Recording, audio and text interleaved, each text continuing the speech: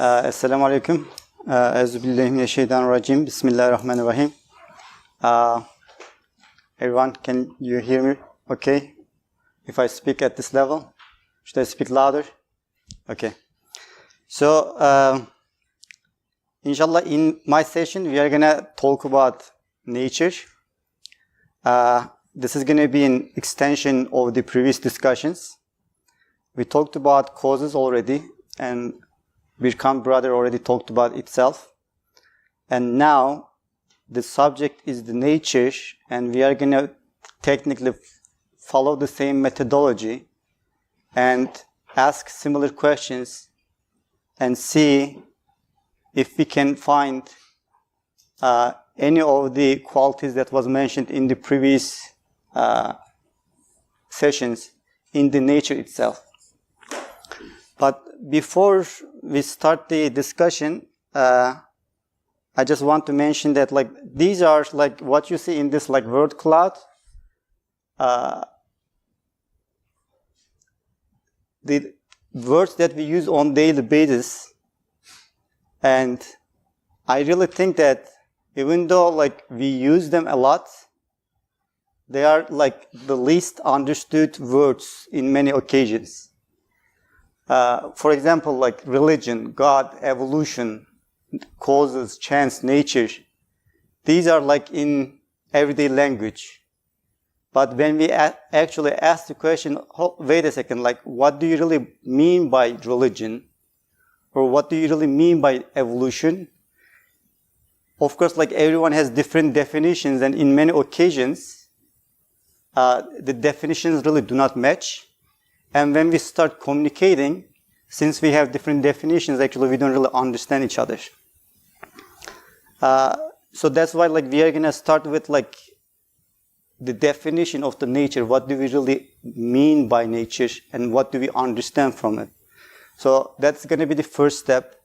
And then we are going to move on to the question whether nature is capable of bringing anything into the existence. So, this being said, I just want to share a video with you as a stepping stone. And the reason why I want to do that, we think actually when we say nature makes something, or nature creates, or Mother Nature does something, since we come from certain background, we think that, we never say that, we never really mean it, or we never really use that kind of language.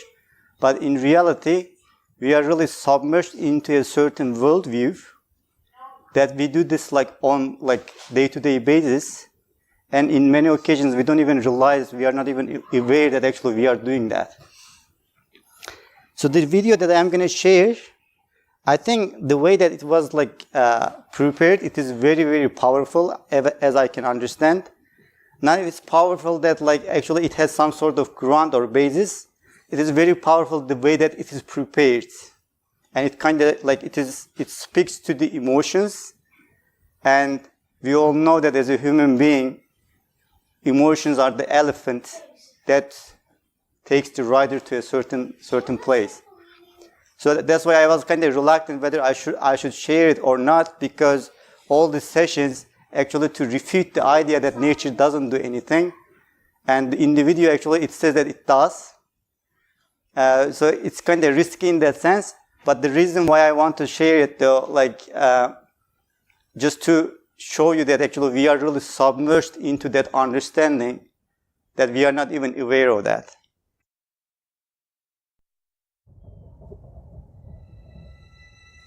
Some call me nature.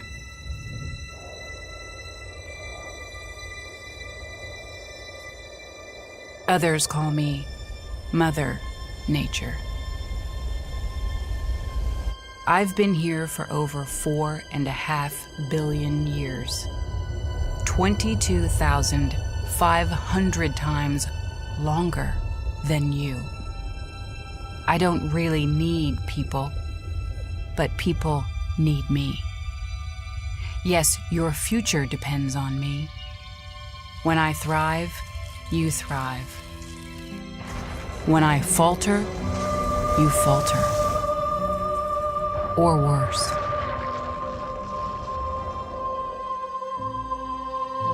but I've been here for eons.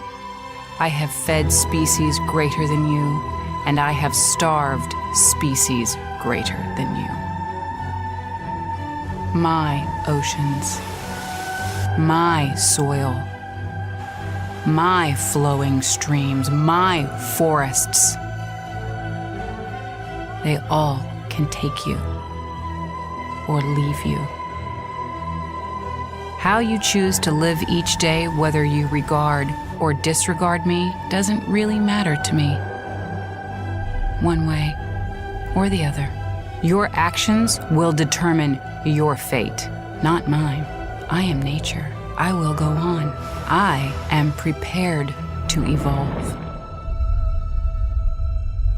Are you?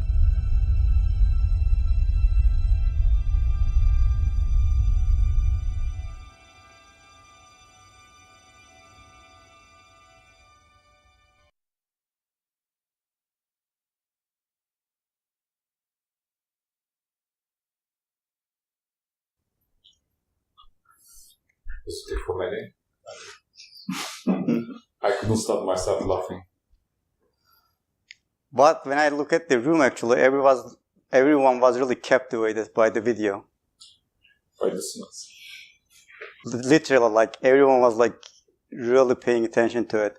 So, like, that was really the point that I was trying to make with that video. So, like, as far as I understand, this is a very powerful video, and this is the dominating culture that we live in.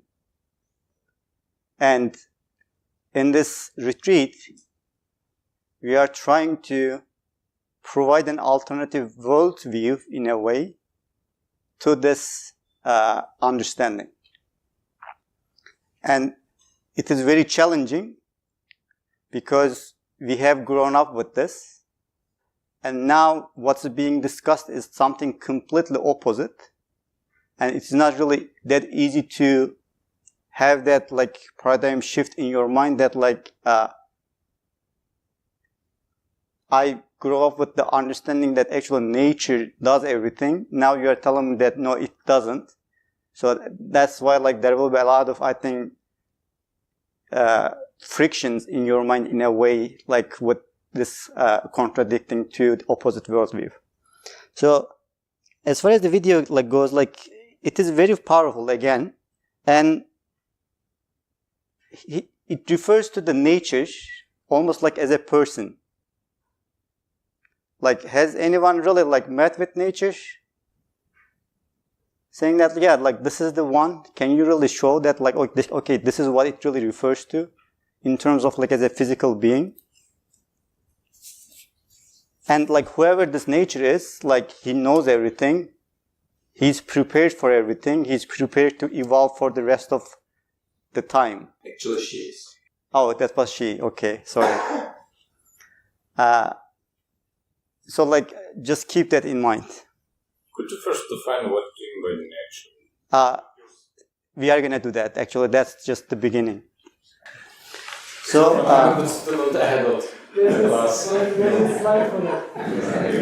every question is a slide for. So let's talk about, like, what we really mean by nature. And going back to, like, this slide. So when we look at these pictures, and obviously these are taken, like, this is just a shot from the universe itself. And you see two owls that snuggling to each other, and, like, there is a plant very perfectly, like, well ordered, and there is some sort of symmetry to it, but I don't know the name of the plant. So you see that plant in there, and then there is some sort of little tree that is growing on that trunk of tree that is submerged into the water. And do we really, like, mean this kind of things when we say nature? Or we are referring something other than these? Collectively, all of this. All of these collectively. That's one answer. But I believe there is something more to it. when we look at these like examples closely, you see like art, order, and purpose in all of them. But I especially matched the art with the owl because I like the colors and the furs, like how like the feathers, almost like embellished like purposefully. So you see the art there, and you see the perfect order in the like picture in the middle, and you see purpose on the right. Like why I kind of relate the purpose with that picture, because water at that tree trunk, and there is another living creature on top of it, that trunk of a tree. So there is actually, in addition to the material being of the things, there is actually something more in them, which is more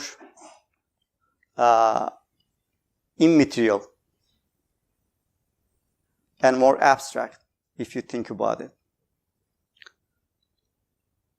So like, why is that important to make that distinction, like material beings and immaterial beings? And that is the answer that I am gonna like seek like in the next slide. So like when we like try to define what the nature is,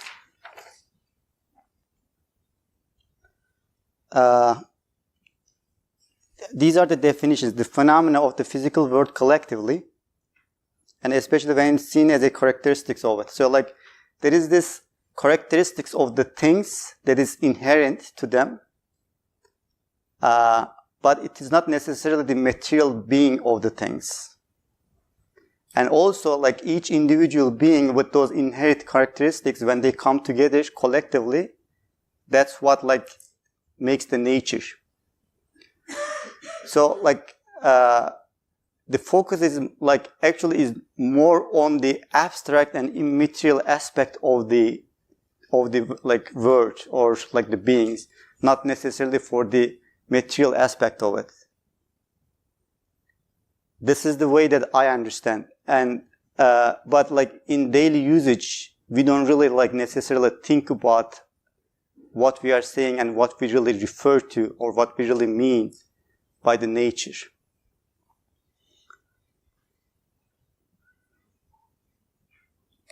So like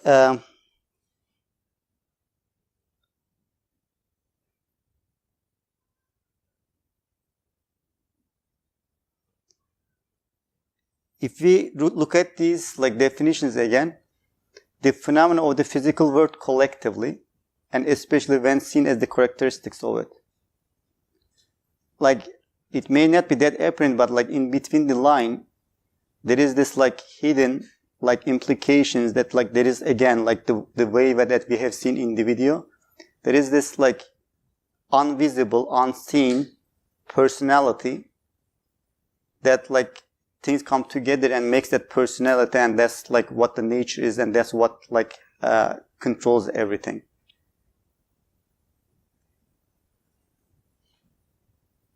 If we like want to understand this a little bit better with an example, for instance, like there is something called like law of gravity. We all know that, right? So it is like some sort of law we all experience. But if we say that, like, can you really show it to me, like in terms of like physical sense? No one can really like show it. Okay, this is what the law of gravity is. But like in abstract terms, you know that it is there. You experience the effect of it. So that law of gravity comes together if we look at it, like the definitions and try to understand that in terms of these definitions. That law of gravity comes together with the rest of the laws acting in the universe, and they make the nature collectively. So law of gravity, for example, comes together with its like speed of light, or Newton's laws, and like many other like physical laws that you may think of that I am not since like expert of this on the subject, like I'm not going to get into the specifics. So all those laws come together and makes this person who is conscious, all-knowing, all-wise, and has also power to control everything in the universe. That's usually our definition or understanding of the nature, but we don't necessarily think about that. That's why, like, usually we think that when we say nature, actually we refer to something just like they're out there with the universe itself, in a way, in physical sense.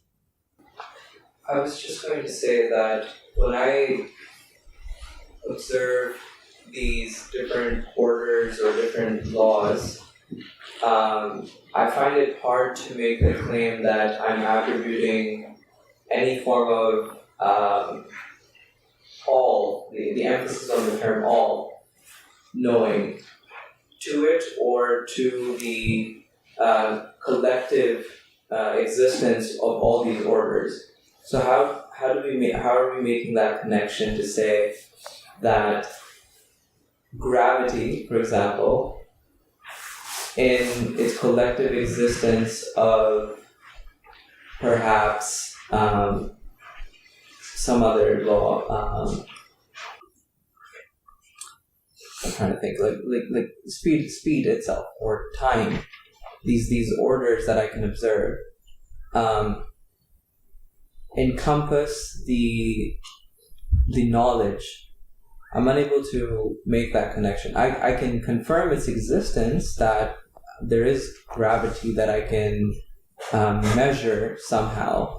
There is a thing such as time that I'm able to comprehend or put a label of time on based off of my own comprehension or understanding. But I struggle with attributing any form of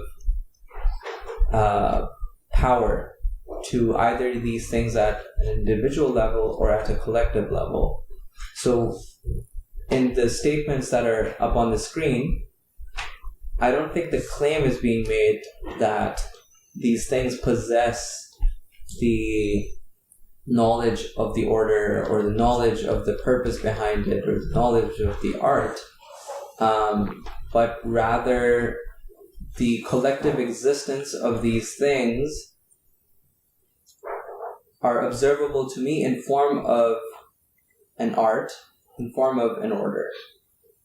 So the statement that was just said earlier, personally, I guess my question is, how are we linking the collective existence of these things to the power, the all-encompassing power and knowledge? Especially the emphasis on the all part. Like, one can say if gravity is pulling something down, then it must or be able to have some knowledge of what it can act upon and what it can't act upon.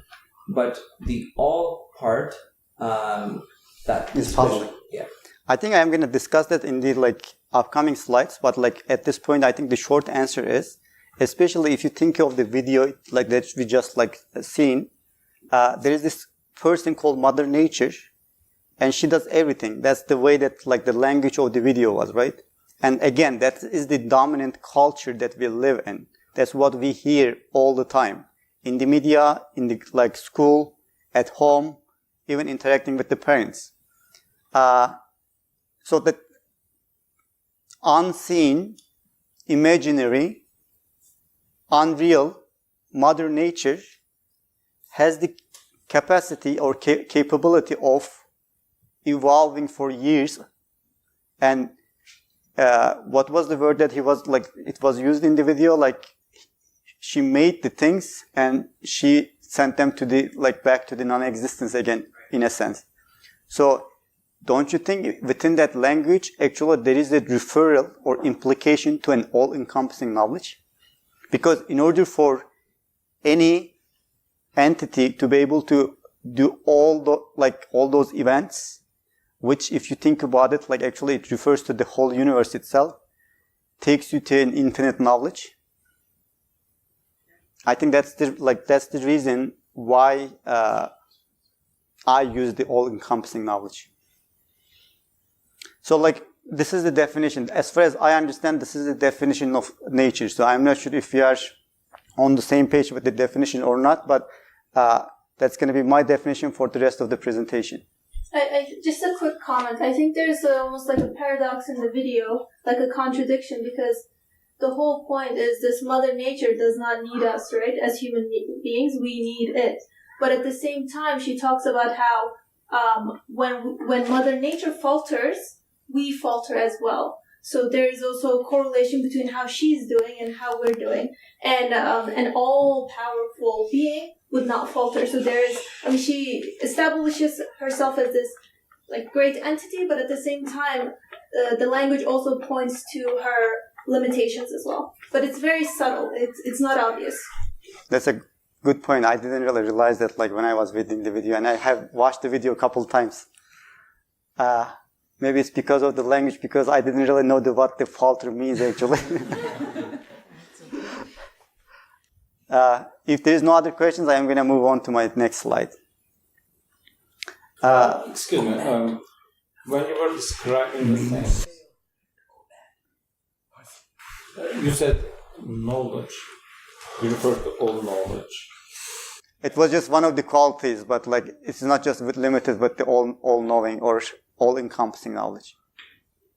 I mean, the video was containing many contradictory statements. I'm not going there, but let's not focus on the video as much, because that was just there to show us that like this is the dominant culture that we live in, and like we have the same understanding, same worldview, even though we think that we come from a certain background. That was the whole point of that video. So I can see I really felt the willpower, like I willed. And in the video. And I have the power. I can do this, I can do that. I can evolve. Mm-hmm. But I didn't really get the knowledge really. Doesn't matter, take it as an all-encompassing power. The same thing.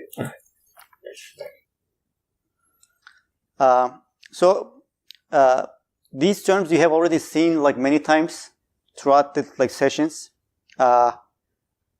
I'm just gonna like re-emphasize those points because I think this is really the gist of the matter.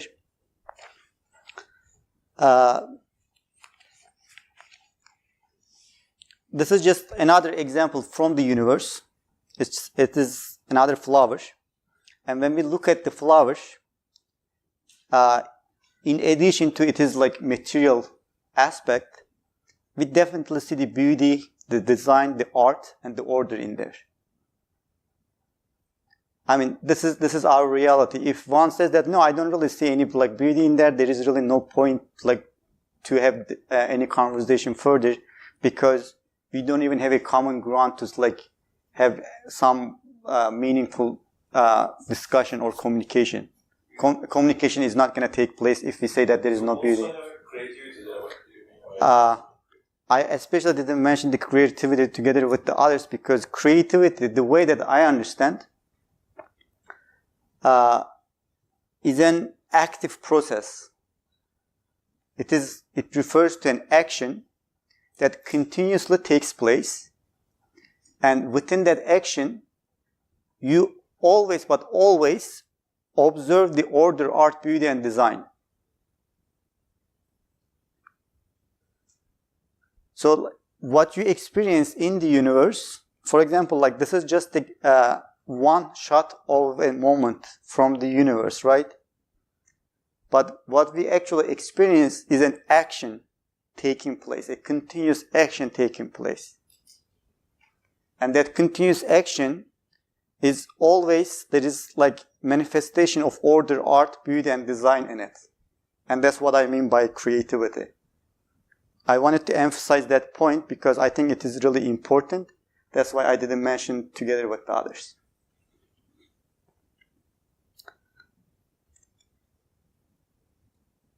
So like before we move forward, again, like this is our reality, and based on the definitions and the video that we watched, the claim is that this is made by the nature. That is the claim. And the content of this session is to question that, is that really so? Like does nature really have any kind of will, if you like, you want to like emphasize on the will and power, does really nature have any kind of will and power to make something beautiful like this? And not just once, and that's it. That should be a continuous action going on for, as far as you understand, for all your life. Can you define your definition of nature? Emphasize on it. So when we say, if nature has knowledge, what do you mean? Nature. So your definition. We heard the ladies or Mother Nature spoke. Your definition. That was my definition, actually. That was like not the video, but what I have told so far is the definition, or like how I understand by like what we mean by the nature. So if I am to really like rephrase it in a one statement, there is this like unknown entity which is unseen to me, and it is like something abstract and immaterial. It may be like, whether take it as laws or whether take it like as something else. I really don't know what is the best word to use here. So there is this like immaterial entity within the universe that controls everything. That is the way that I understand what we mean by nature when we use on like everyday language. What? Who means? I'm sorry? What you mean or what they mean? Or I missed the word there. Pronoun. What we mean. We, do you really mean it? Do I really mean it? Like, yes, because in an everyday language, I don't necessarily think of what I am saying. And since that is the dominant culture, that's how it is understood in the society, I just find myself using the same terminology with the same understanding, and I catch myself like having this similar or same kind of worldview. So if someone like Muhammad, he doesn't have this understanding. So as a conclusion, we may mean that because laws and nature, as you have been presenting to us, looked like or sounded like to me that it is nothing. It doesn't have any existence at all. It is just human construction. That's true. So treat it as it is a human construction with no external existence. Be careful. No, not you. Be careful. You should tell us. We should be careful that when we use the word nature, we are talking about something doesn't have any external existence, and it is nothing but our own human construction. It means has no reality whatsoever. Yeah, it's almost like some sort of illusion that we live in, and we are not aware that actually that's something illusionary. Made up story. I think in the text that we are studying in this retreat, 23rd Flash, there are some helpful. I think that in the text, 23rd Flash, there are some helpful metaphors to kind of try to make this clear. Like one metaphor, I think, is the metaphor of a man walking in the middle of the desert, walking into an exquisite palace. And it's like, whoa, in the middle of nowhere, there's this exquisite palace. He goes in and he starts looking around. And but he made an assumption that he made a choice. He said, I'm not going to refer to a constructor or a builder, an architect. No way. So he's looking around in the palace, and he comes across a huge register, like a big notebook, where everything happening in that palace is written down there. It contains the rules in the palace. I don't know. I'm just making you details up, but this is what time the kitchen is prepared, and this is what time. The windows are clean, and this is what time. The bed sheets are changed, whatever. It's a whole, and very detailed and very well done description of what's happening, the way the palace is run. And he says, and this is the closest that comes to being related to the rest of the palace. So everything in the palace, all the rules are here, written well. And so it does have that kind of comprehensiveness to it. And he said, this is it. This notebook makes the palace run. This is it. Right? And so that's the way we, or anyone who refers to nature works. These are natural laws, run the universe. What does that exactly mean? Natural laws are descriptions of how things fall and how things melt, and that thing is called natural laws.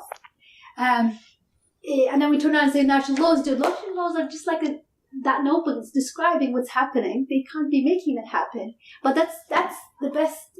If you say I'm not going to refer to anything beyond this world who's making this happen and sustaining, that's the closest you get. You say, well, at least this is related to the whole universe. When you talk about law of gravity, it applies everywhere. Maybe the constant changes, I don't know, in the moon. But, there's this universality of it that attracts us. These are universal laws of evaporation. It always evaporates in the same way, in the same pressure under similar circumstances. So that gives you a sense of, I'm explaining the world. This is nature. That nature doesn't mean there's something. But if you press me, what is it, that thing? How can it make that happen? Then I say, well, that's nature does it. These are natural laws around the universe. And it's as silly, if you think about it, it's as silly as saying that this notebook that contains all the information is running the palace. But we get there because, even in the video, this is a kind of maybe separate point. In the introduction to this treatise, the author says, I'm going to expose in a brief way all these three paths, alternative explanations to God, and how each of them doesn't make sense. And then you may think, how come then all these sophisticated philosophers, or they claim these kind of stuff? How come somebody say nature does it? Natural laws run the universe, or natural causes make things happen? And he says it's because one reason is that they don't mean to explicitly look directly into what they're saying. They just want to get away without God. So then when your concern is that, then you don't really necessarily notice how silly what you're saying is. Like that person in the palace. I do not want to refer to anything beyond this palace. I made up my mind. So the closest I can come is at least this notebook is related to everything in the palace, as opposed to one. I can't say fridge is doing the whole thing. So in this video, even the lady, it's ridiculous because we're looking at it directly. We're saying, does this make sense? And then we're like, this is laughable. What is she saying? She does everything, but she doesn't care about anything. She doesn't depend on anything, but she can't go away. What's going on? But this video is made conservation, right? The aim is to say, we depend on nature, embrace nature, and let's protect nature. Let's be green. Let's recycle. That's her aim. I'm guessing she's trying to say, let's not be selfish, and let's see how much we depend on nature, and let's try to nurture nature and so on. So if that's your aim, and you're really not interested in finding out who's the one who's running this whole thing, then you say things that don't make sense, and that's partly the issue also. So I have a question about what Brother Ali just said. So he said that nature is a human construction, and I guess we can agree on that, but I'm curious, why can't we say that God is also a human construction as well, if we go by the same reasoning? Any answer, Abi? To a certain extent, that is true.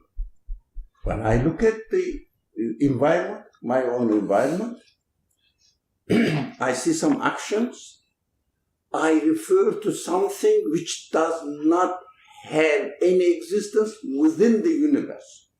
But when I use the word God, I never mean something within the universe. That is my subjective conclusion. I say there must be a conscious being who is doing these activities, performing these activities, not within the universe, which is called now the universe itself as nature. So the more commonly used word among everybody is not nature, but natural. There are different. We have always used natural. In Arabic and Turkish and Urdu, tabi, it means natural. There are. Okay. Excuse me. So, God is a subjective conclusion about how to explain the existence of the universe, referring to something which is not of the nature of the universe. But when they say nature, they mean the universe itself in its totality. So that is why human construction, which doesn't have any external existence apart from the universe itself, that's why it is false. It cannot be accepted by human mind. But when you refer to the source of existence of the whole universe, then there must be something existing who has all these qualities manifesting within the universe. Like when I see a piece of art, I realize that definitely this piece of art is the demonstration of a one, which is not the part of this art itself, but an artist. I don't know his physical existence.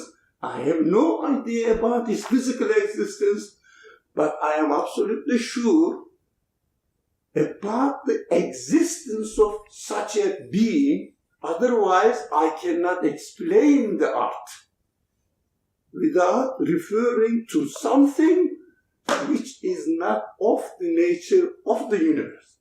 The problem rises from Abdurrahman, is it? The question demonstrates and reminded me that most of us go back to the Bangkok, just in your mind, go back to the presentation and take the word she, or I in the video, put the word God, what our understanding of God is. That is the source of the question Abdurrahman asks. We have to be careful about it. We all have this kind of understanding of God, which is totally unknown, but not something which must have an external existence, about the nature, about the essence of which I cannot comprehend, but I am absolutely sure about its existence, necessary existence for my human qualities. That is the problem, indicating that I have a problem with my understanding of God. Yeah, actually, we didn't emphasize that the nature was also speaking in that video. And we are a person, that was Julia like Roberts. a prophet. And prophet was the Julia Roberts.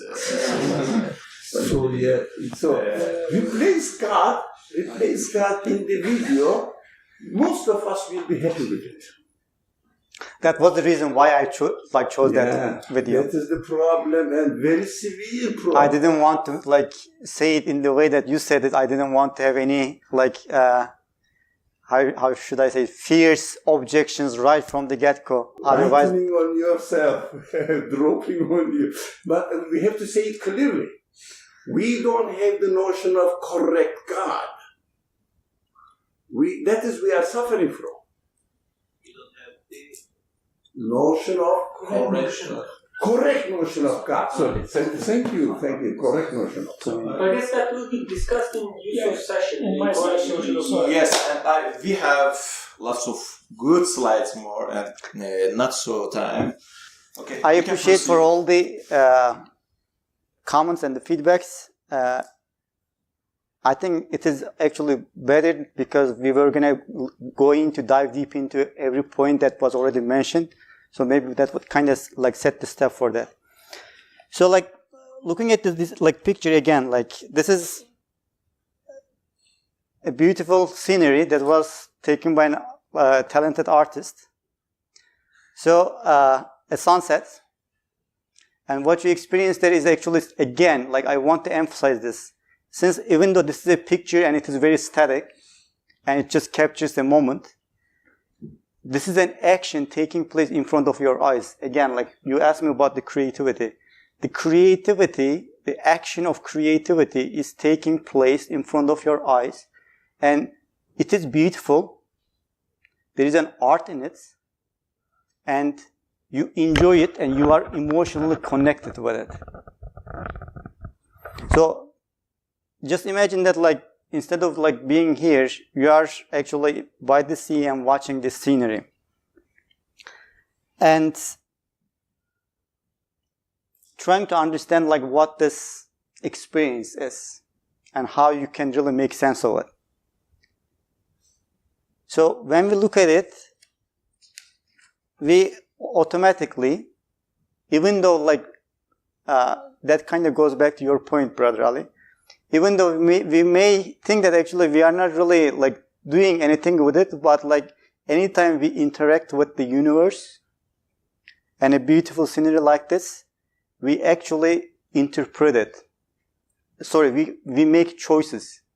For example, like you are the scenery, the beauty, the art speaking to you and to your emotions, not just to your intellect. And you may take the position that like to make sense of it, why like am I connected with this beauty? Or you may just simply ignore it. And we always do that in everyday life. We make choices. And one other thing that we do, we actually make interpretations. And that video was just one of those interpretations of the universe. We look at the experience, we draw some sort of conclusions from it, and then we construct some sort of worldview. And within the worldview that was pictured in the video was a very materialistic worldview. And in oftentimes, as Brother Ali said, like when we take the nature out of the speech and put God in there, we have the exact same worldview, but we are not even aware that actually we are almost like as materialistic as the people who prepared the video. But I want to underline one thing. Don't think that when you interact with your experience, like with the universe, and when you look at your own experiences, don't ever think that actually you are not doing anything with it. You are always but always exercising your free will and drawing conclusions from it, constructing a worldview and living by it. So that's important. And why is this important? Because the rest of the presentation is gonna focus on and question that alternative worldview that like nature makes something, whether it is really true or not. Is there any truth in that statement? And knowing that that is an interpretation of the universe. That's somebody's conclusion. So that's why it is important to understand that we are actually actively engaged in this process.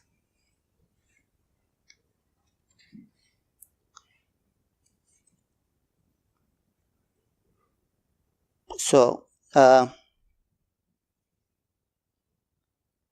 what is in that, like again, like in that statement, when we say like nature makes something, through our experiences, we make a conclusion, right? And when we are making that conclusion, actually there is a very fundamental, important step that we like jump. We just skip it.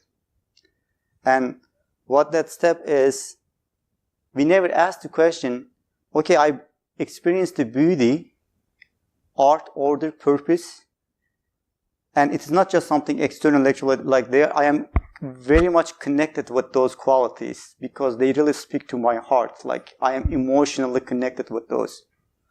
So which means that whoever makes those like qualities manifesting in the existence also knows me very well because by nature, I love beauty and I love perfection. So whoever like really makes, if it is the nature should also know me better than I know myself because that's how I am like when it comes to interacting with the reality around me. And what's that important step that we jump? We never ask the question, wait a second, when I said like nature makes something, let me just see what are the qualities that are required for order, purpose, art, beauty, design to come into being. What are the minimum qualities that I am going to need for those like things to come into being?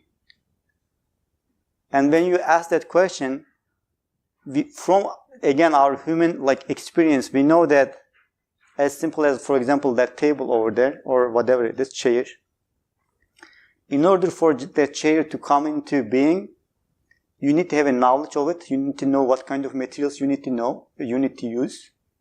And you need to have the tools to be able to make it. And you need to know the end users, whoever is going to use, and the needs of the end users so you can make it accordingly. So even within that, like a simple process like that, within that process, you see the knowledge, you see the power, you see the wisdom, and you need to make the choice to bring it like into being in the form that it is. So these are the basic qualities.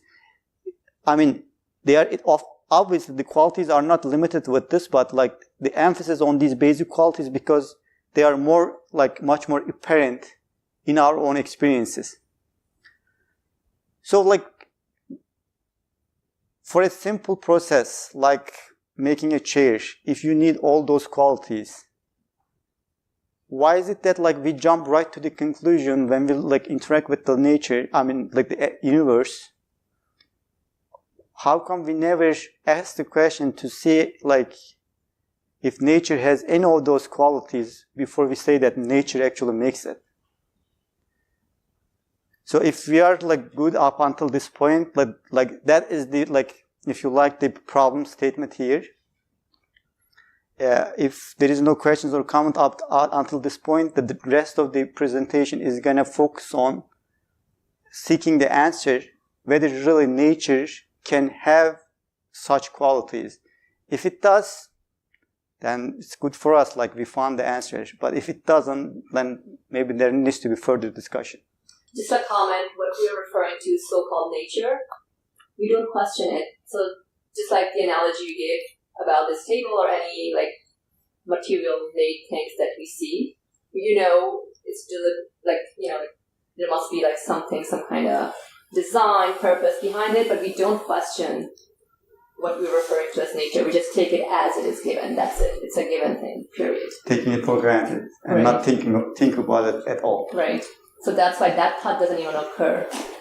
Because, this is man-made. Anything else, is man-made, but that's nature. Like, as if it exists as it is. It exists as it is. That's the whole thing. As if it is like much more simpler than the chair itself.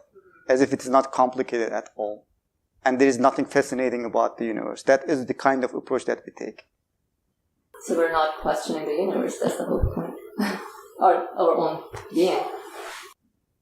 We never ask the question to understand our experiences. That is the problem, I think. So, any other comments? Okay. Half hour. So there will be 3 examples, and I just have hour left, so I may go faster a little bit. So the question is, here in this example, what I am trying to show here is that there are in different occasions there are water droplets, right? And what you see is sun in the water droplets.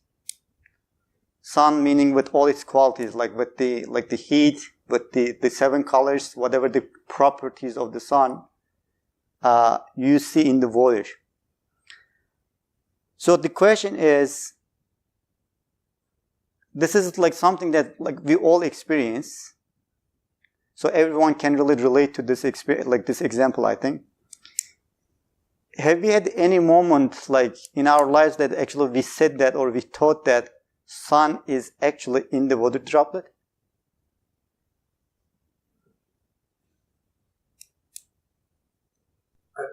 Can I? The statement where the sun is in the water droplet, or where I'm confirming that that the sun is in the water droplet statement, I find it hard to understand that when I'm making a conclusion of something through the lens of something else, when it is subjected to the qualities or characteristics of the water droplet itself. So you said light and reflection. Clearly, the water droplet cannot tell me all the qualities about the sun, but only as much as it has the capacity or ability to. No, the question is the sun in the water droplet or not? It's a very simple question. No. Yes or no? No. No. Okay. Yes or no? I mean, the answer is no. No one can claim that sun is the water droplet, in the water droplet, right? Except Muhammad. I have very limited time. I am sorry, but I have to really speed up because otherwise I will not really be able to make my point because there is a lot more to discuss. But he can mathematically claim that the sun. Yeah, but this is not a math class, so no one can really say that sun is in the water droplet. Period. sun itself is not. Yeah. That was the question, though. Yeah, the sun. The sun is itself. Yes. So the answer is no. Sun is out there in this space somewhere, and what we see is just the pure manifestation of the sun in the sunlight, in the water droplets, in different shapes and forms because of the recipients. So when it comes to understanding the universe itself, this is just a simple logic. How come when we say that it would be really absurd and stupid to say that sun is in the water droplet, and everybody agrees with this, but when it comes to universe, which is much, much more complicated being, how is it possible to make the assumption that actually the nature is within the universe and it is the... And it's not only one single water droplet. In every single water droplet, there must be a sun, right? Yeah, that's what actually that's the visualization is. You can see there is suns as many as the water droplets in the pictures. It's a good emphasis. Thank you very much. So when it comes to the universe, how come we don't just use the same logic and we just skip it and say that, yeah, actually, you know what? If you like, in this case, God is in the universe. How is that really making sense to you? So according to his emphasis, we say that God is in every little being, every. That is the implication. So if we can really say that actually nature makes something, implication of that statement is that every single being and whatever that being is, you can go start from the galaxies all the way to the subatomic particles, every single being in the universe has, with Birkan's terms, God-like qualities, which means has infinite power, infinite knowledge, infinite wisdom.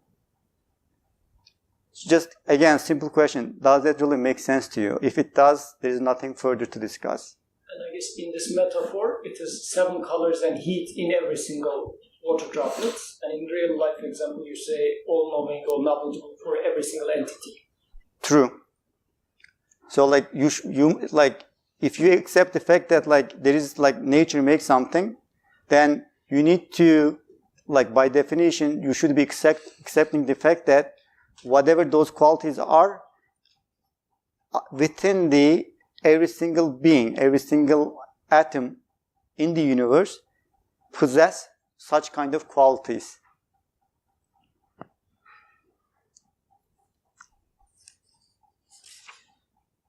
Let me see if there is anything I am missing here.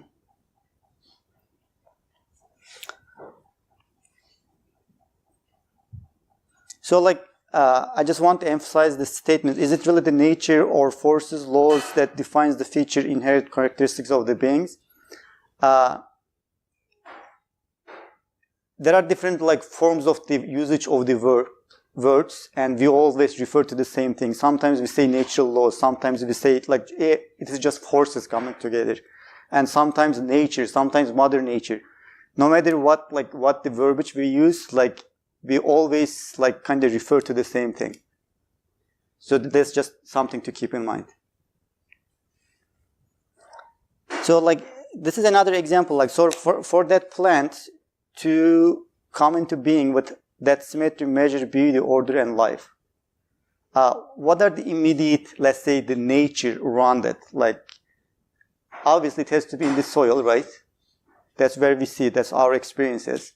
And there is light, like, and the air and all that sort of stuff, and there is the seeds.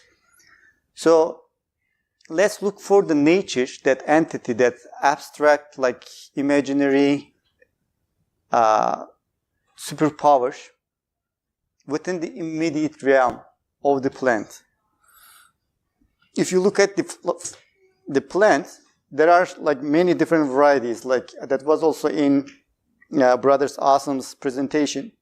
There are infinite varieties of the plants. That's on one side of the equation. On the other side of the equation, we just have a pod of, like, soil, which is completely unconscious, doesn't know anything about life itself, and doesn't, like, know anything about bringing something into existence.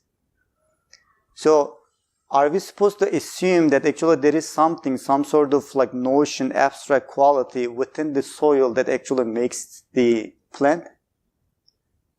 Is that really logical to make that kind of assumption? I think I see the signs of or reflections of those qualities. I see the reflections of the qualities you're talking about. Like, it's really hard to hear you, sorry, even from here. Really? Sorry. Yes. I see the reflections of the qualities that you just talked about in the universe. Let's focus on the example. You see, for example, in here, especially life, the art, the symmetry in the plant. These are the immediate qualities that you experience. So in order for that plant to come into being with those qualities, what we look at the immediate realm of it, and we see that, okay, the plant is sitting in the pot. Then from there, is it really human to make to infer that, oh, there must be some sort of supernature in the pot, in the soil, that actually knows how to bring that plant into the, like, being with those qualities? Is that really, like, making sense to you? Is that logical? That's the question. Personally, I don't call it supernatural or something. That's why I'm not able to communicate with what you said. You don't call it supernature. Just, is there any kind of force, law, or whatever the verbiage you want to use, any kind of abstract notion within the soil that possesses the quality to bring the plant into the existence? In order for me to say yes or no, you need to tell me another option. okay, this is one option to interpret it, and this is another option to interpret the same thing, so that I can make a choice out of those options. I think because of this reasoning, we are going to come to the option at the end. Another option that you are referring to, if I understand you right.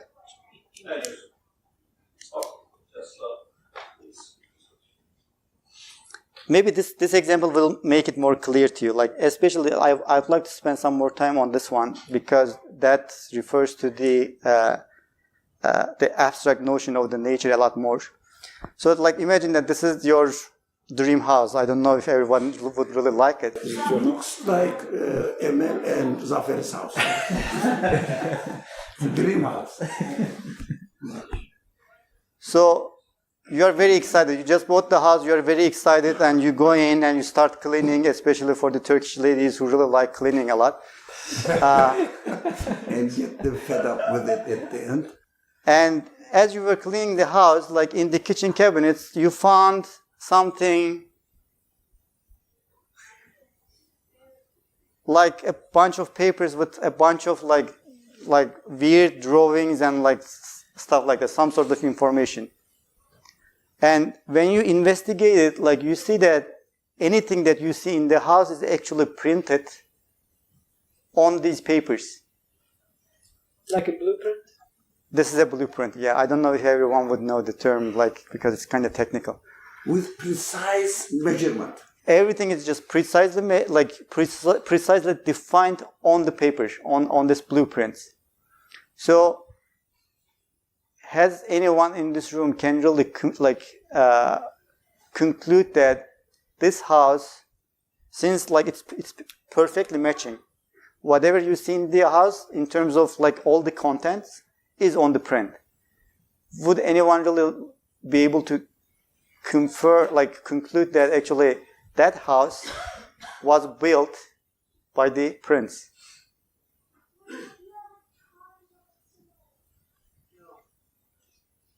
For us? No. Unless you allow me to assume, without questioning me, that this blueprint has will, power, knowledge, and all the other qualities you mentioned. That's the point that I was trying to make with this. Thank you. So, see, again, it is another daily examples, like actually from our daily life. We never, even if we experience something, we never assume that actually blueprint is the maker of the house. Why? Because almost like innately, we know that for a house to come into existence, a being, like to be a house, somebody needs to have the knowledge of it, needs to have powers, the means, material means to build it, and should have the wisdom to understand the needs of the end users, so they can design the house like accordingly, give some sort of order and shape to it. And also, you should be able to will it, like you should be able to make the choice, because that, like, if you don't make the choice, then it will not still come into the being.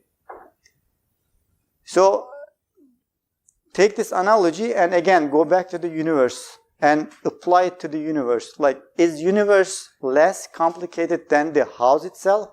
That we actually make the assumption and jump to the conclusion that, oh, this like entity that we call like nature actually makes the universe. And it's also, the underlying thing is here that nature is also within the universe.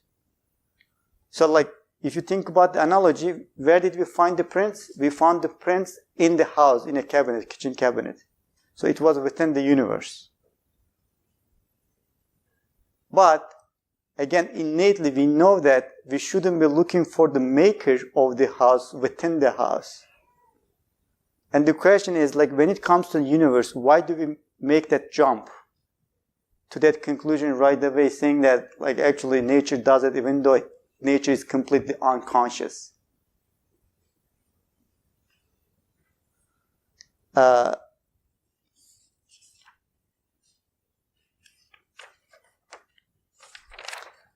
Here, there is some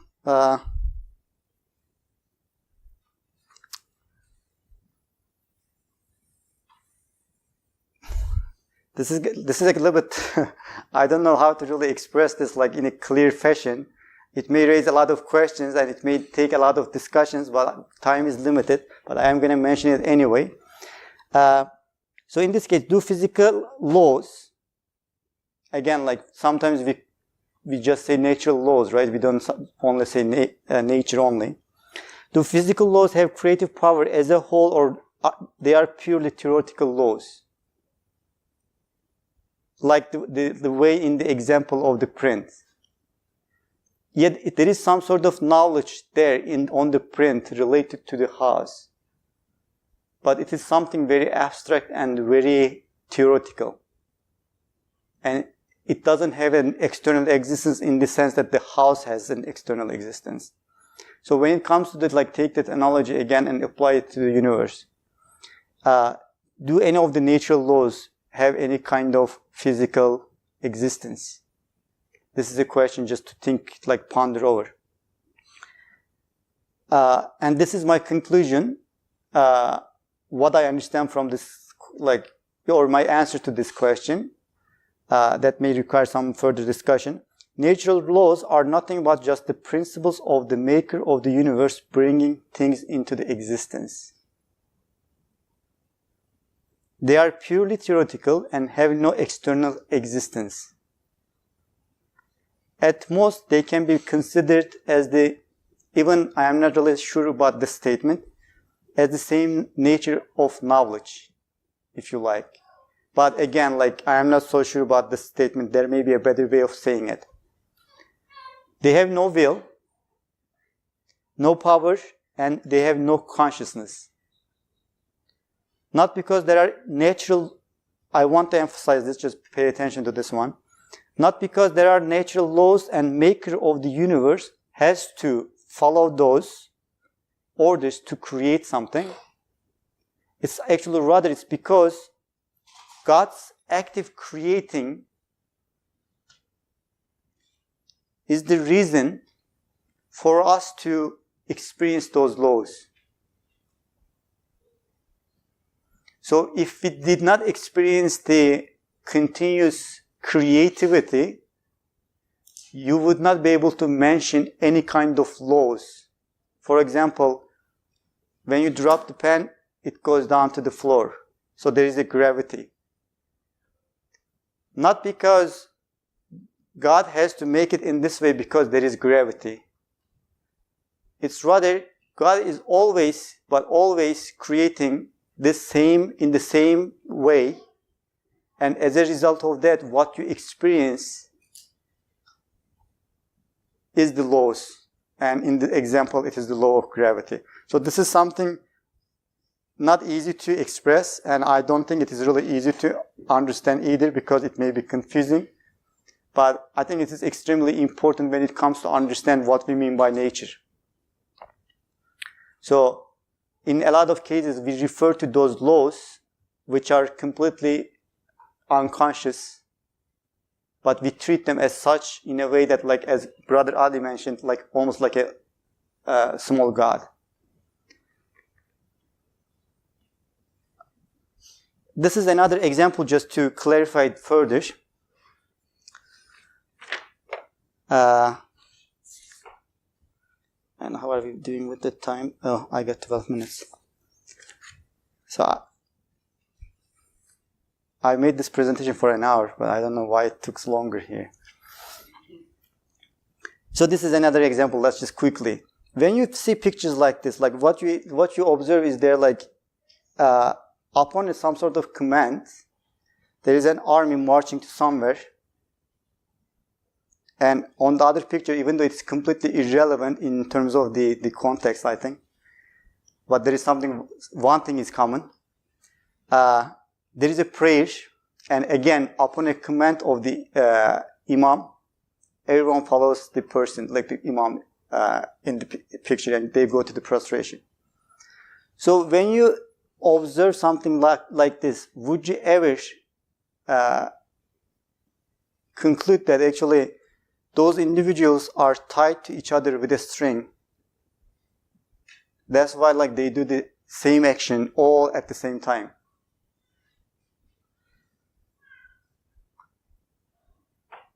the answer is no. Everyone is looking at moment. I was looking at Qasim actually because it seems like he disagreed with it. So you are giving an example for creation by command.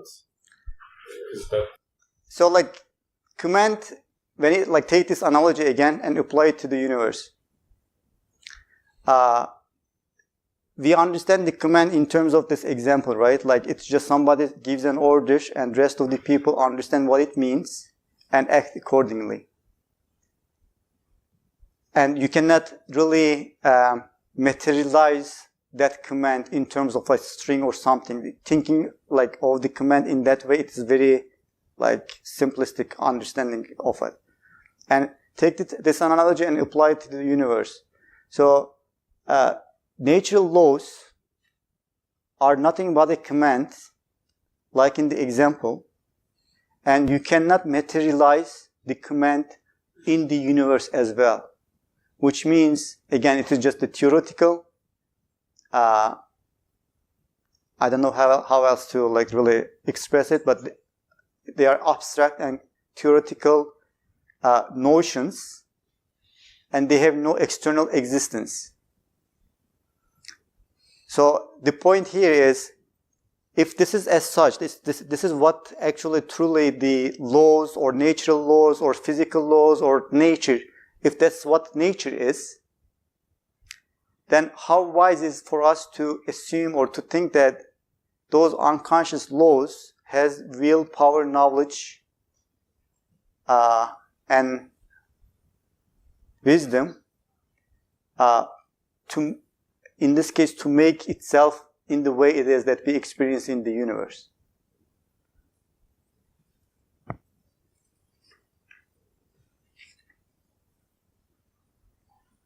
I'm almost coming to the end, so like the rest is going to be just a very quick summary. We have discussed a lot, and some of them may be actually puzzling, and I wasn't able to really clearly like express what I wanted to convey. But the process is very simple. It's actually extremely simple. First, look at your experiences. Look at the beings around you. And like, what do you see? Do you see, like, for example, at the very beginning, do we see just the owls? Or actually, do we see the art, order, beauty in the owls? If it, like, going back here, if we don't see the art, then there is really, again, like, no further discussion. This discussion really ends there. Like, there's nothing to talk about. And if you see the art and order and the beauty in there, then what do they require? Like, what is it necessary for art, order, and like beauty to come into being? Is the knowledge, power, will, and wisdom. These are the basics, like in the example of the chair. So at this point, observe the beings, see the art and the beauty in them, and acknowledge that there must be, these are the like inevitable qualities that you are going to need for something to come into existence. Then you can search those qualities within the universe itself. If you find something that actually possesses those qualities, then there is no further like investigation necessary. Like, you already found your answer and you can go with it. But the question is, like, again, like the whole point of the presentation was, whatever we mean by nature, physical laws or natural laws, at least in my observation, I don't see in those laws any kind of consciousness and any of these qualities. And that brings us to the conclusion that nature, like, or the universe, is an art. It's a passive. It is not the artist. Somebody is actually continuously making that art, and that's what we experience. We experience the action of the artist, whoever that artist is. And it is a decree, not the issue. Decree is kind of like weird word, like but I didn't want to change it. Like, I think in today's terminology, it is the executive will. I think everyone can relate to that term in these days. Sorry, executive order, not will. Especially when it comes to the travel ban. So, it is a law. It is not the lawgiver. And what that signifies, again, we experience the laws because somebody is actively creating the way that like things are coming into existence, and that's what you perceive it to be the order or to be the law. And this is my last slide, and I cannot pronounce these words, so I'm just gonna leave it with this last one.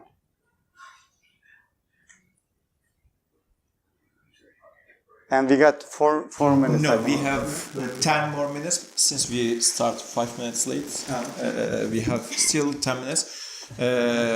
Firstly, I want to ask, are there anybody who wants to speak who didn't find the chance to speak before? But I would like to make a comment. Not you. On but after that. If there is time. Okay, if there. No? You are lucky. So go back to the soil example. Now, when you say that there is no quality in the soil to grow the plant, it makes sense, but it is an analogy. We have to emphasize that it is an analogy. So, 21st century, 20th century, late 20th century, and 21st century language, never, ever scientist in his or her explanations, interpretations, say that soil or claim that soil has the quality to grow the plant. It is ridiculous. It is old-fashioned. Forget about it. The stupid people speak like that. So we have to specify that this is an analogy. You can take it into the cell and magnify the cell. You see that there is something going on, some activities, chemical reactions are going on in the cell, like the plant is growing in this example. So the other parts of the cell, particles of the cell is the source of this action. So we have to change the language now. Never use the soil and plant, etc., but use the cell and what is going on in the DNA of the cell, because they think that we are stupid when we give this example. So come back to the... Sorry, I need to clarify it. Obviously, it is analogy, and I think that was mentioned. No, this is an analogy. Yeah, that was mentioned. I'm not sure if I said on this specific example, but I mentioned on the others. I understand this. For me, the point is there any kind of nature in the soil? Like, obviously, you can use different examples to make it more relevant for the certain group of people. But the soil is the immediate environment for the plant. And that environment may change no matter how deep you want to go. It may change. But doesn't matter. Like, whatever the environment you take, the question is, does that environment have any kind of nature, any kind of law, any kind of physical, I don't know what you want to name, to possess the qualities of the knowledge, willpower, and so on? Young generations take this example as it is, and they go to their biology class, and if they speak like this, the teacher will laugh at them, they will be embarrassed. So we have to give clue to them by changing the example and by changing the language. By saying that this is an analogy, go back and apply the same analogy to the areas that are relevant to you. Yeah, in your relevant subject. That's it, the language. And the logic is the same, yes, but the examples may be different. So, blueprint. There is one distinction, I guess, because there is one distinction. The example that you gave, for instance, it falls under the category of it happens by itself. Because if we go back to the particles in the cell, it is going to be studied under, it happens by itself. No. But when it comes to nature, this is like a more hypothetical, imaginary thing, which nobody really calls it, but everybody has some sort of an intuition about it. If you ask someone specifically what it is, it's getting lost. In here, it is just a cup of soil, and whichever seed you put, it's going to flourish. You can change this with the example of, well, I used to live in Philadelphia. There was a nature around me in there, which was supporting me to live over there. But like the same way a cat was living in there, a dog was living in there, whoever you put into this nature environment over there was living. We now come to Ohio. Still, this is now our soil, our nature surrounding things in here around us, and still it supports our life in here. So the thing is, going back to your example about this water droplet and the sun, so the nature, whatever this hypothetical environment, should be in Philadelphia to support all different life forms, like me, you, cat, dog, whatever. But same thing needs to be in this room as well. I guess this is what, there's this distinction, because if we take it just to the level of matter, like the particles, it is a valid thing and it must be said, but not under this title. I think you're right, but the point that you want to highlight and the point that Dr. Ali want to highlight is a little bit different. Dr. Ali, as I understand, was trying to say that we should understand that we are using this language as an analogy. And where this analogy comes from? Real knowledge. We take this analogy from our human relations. For example, Dr. Ali can paint very well, but I can't.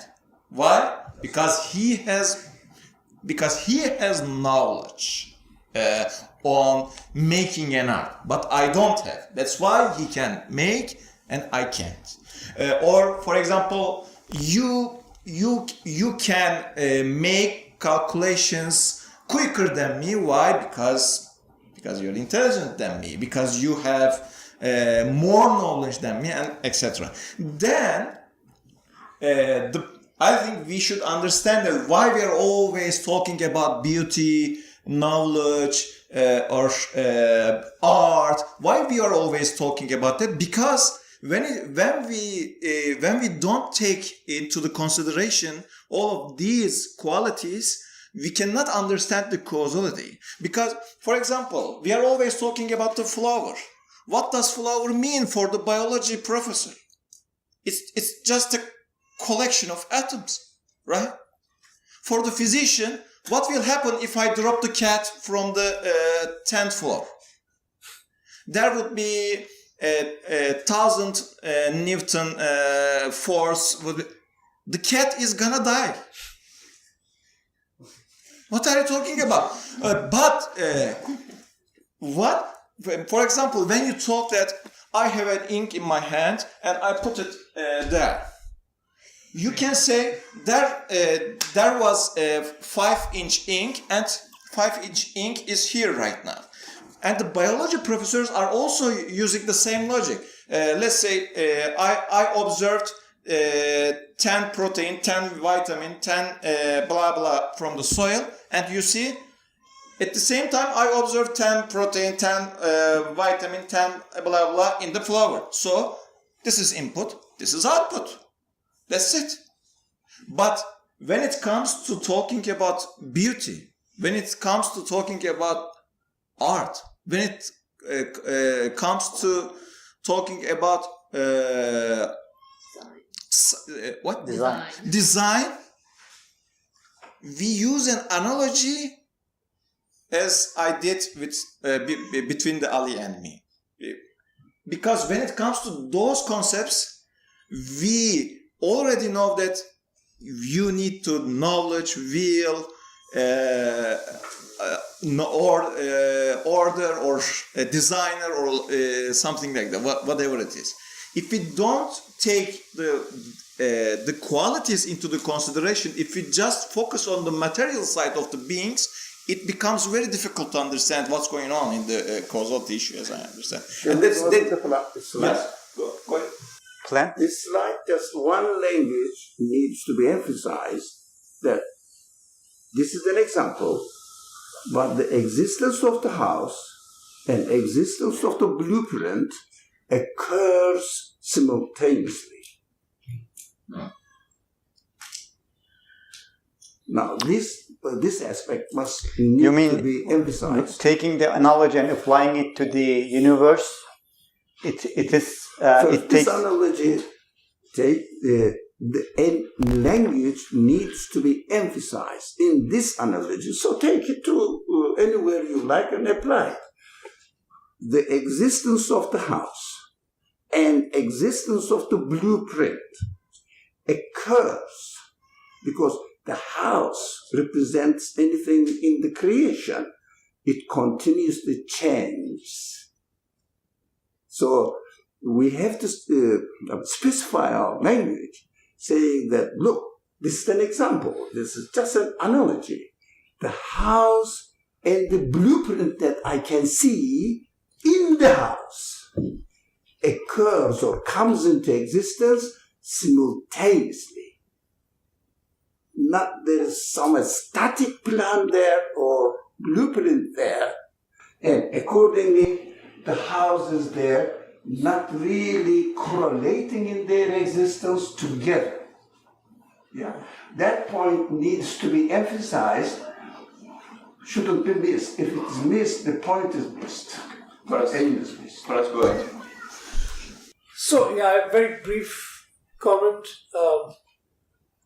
to say that the very category of nature and natural was not something that people came up with as a neutral, valid option of, oh, well, you actually think somebody makes it. Well, I have looked and I think nature makes.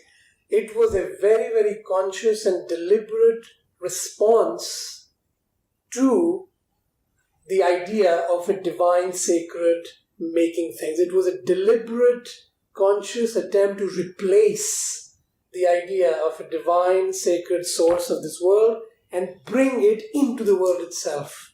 To get rid of metaphysics, to say that you can't talk about something beyond this universe. And so this category was constructed very deliberately, dogmatically, as a deliberate, normative, not a neutral, a normative position to displace the idea of a externally existent absolute being.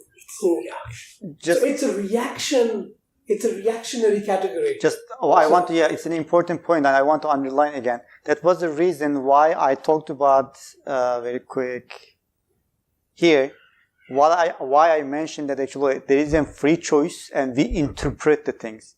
So because there is oftentimes when we talk about nature, it may be presented as, oh, this is just an factual observation.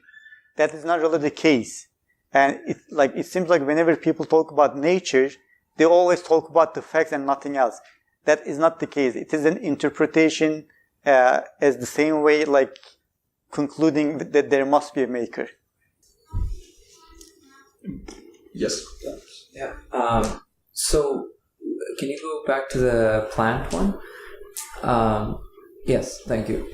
In this example, perhaps it was an analogy and perhaps I'm not interpreting it right, but we said the soil does not have the qualities.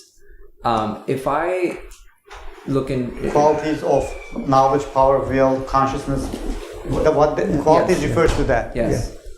Yeah. If I look at, I guess, water in my real life and notice that water is an element that has been made to be essential to life, or it's been made to essential to sustain life, the qualities of sustaining of life, as I observe, are manifested in the water. So when we say that it does not have the qualities, are we saying it is not the source of its qualities, or are we saying the qualities just are not even observable in the existence of creation? They are not the source. What you experience, like there are obviously certain different kind of qualities that you experience, but it's just a manifestation in the same way like as the water droplet example. Okay. So, for example, like you don't see the sun within the water droplet, but you see the qualities of the sun, heat, the colors, and all that is being manifested on the water droplets. Same idea applies here as well. Yeah, I think the way I look at it now is the qualities are given. Things are not, they don't come out on their own, so they're given to them. So that was the actual, like the last point, like that was the emphasis that like they are passive, they are not active, they are given to like manifest, like reflect certain kind of qualities of the artist or the maker. Yeah. This reminds me also, like we talk about qualities of things, and I'm just thinking that when we observe water, I don't observe order or provider in water itself. I observe provider in the relationship that water has with a plant. It is when the water is in that relationship that I observe sustaining the quality of sustenance. So it's not sort of individual beings, really. It's in those relationships. In a flower is beautiful insofar as it relates to me, the observer, that I see beauty. Not sort of in the thing itself, but in relationships. And also maybe Yes, go ahead. it might be helpful to distinguish between two sets of qualities. Like one quality is in the sense of the water is fluid and it's wet, slippery, those kind of qualities. But then in all of these discussions, the qualities that they're talking about is more like the attributes of knowledge, power, will. So in that sense, you can say water is given this quality of being, in the first sense, being slippery, right? But then even that's given to it because it's slippery today, tomorrow the temperature drops, it becomes hard. Whoa! So it's not intrinsic, but this has this color, but then the color changes, right? So even those qualities are given to them, but you see what I mean? That quality is not the same as the qualities that he has been talking about. It doesn't have the quality. We never observe, even for a moment, that water has the attribute of life-giving. So just to add, so those qualities of what is needed for its existence, those are the qualities that one talks about. What is necessary for the existence of that thing as I observe it. Like the real dispute is not on whether water is liquid or not. Like, it is liquid, you touch it. The real dispute that emerges that deliberately creating categories like nature does it versus someone unseen is doing it behind the scenes. The discussion there is about this life-giving power. Is it from the water, or water is the means through which the life-giver is giving life? So that's where the real concern and discussion is. And at that point, you never actually ever see water being a life-giver, even for a moment. We see Lost and shortcomings. Okay. I'm saying we cannot confirm that water has the knowledge or will to be able to make itself be a life-giving power, which is why we rule out or negate the idea of ability to happen by itself or create itself or know itself. So then we, as you said, the temperature drops. This idea comes to mind that something else could be causing it. So the study of cause and effect. And once we study that and we see, okay, without, again, a non-existence of something cannot cause the non-existence of something else. So we negate that idea by saying that it is not a physical or existence of something else which causes another thing to exist. And we once that idea is negated, it pretty much it rules out the possibility of nature, right? Because as nature was taught to us today, was the kind of symphony or harmony of these physical things playing together in this construct that we've created. So I'm not at all saying that water has the ability to know itself, but I definitely am making the claim that the sustenance of life is in the water, but not by the water itself, not by another factor or thing which is observable in the universe, but yet the only way for me to even get the idea of sustenance of life is because of the existence of water and how it's in relation to what it's been made to interact with. Yeah. And through negation, I come to the conclusion, which I'm sure might be in further slides. Thank you. As I understand, there's still something to discuss. Okay, inshallah, we will have a time. Thank you so much, Osman.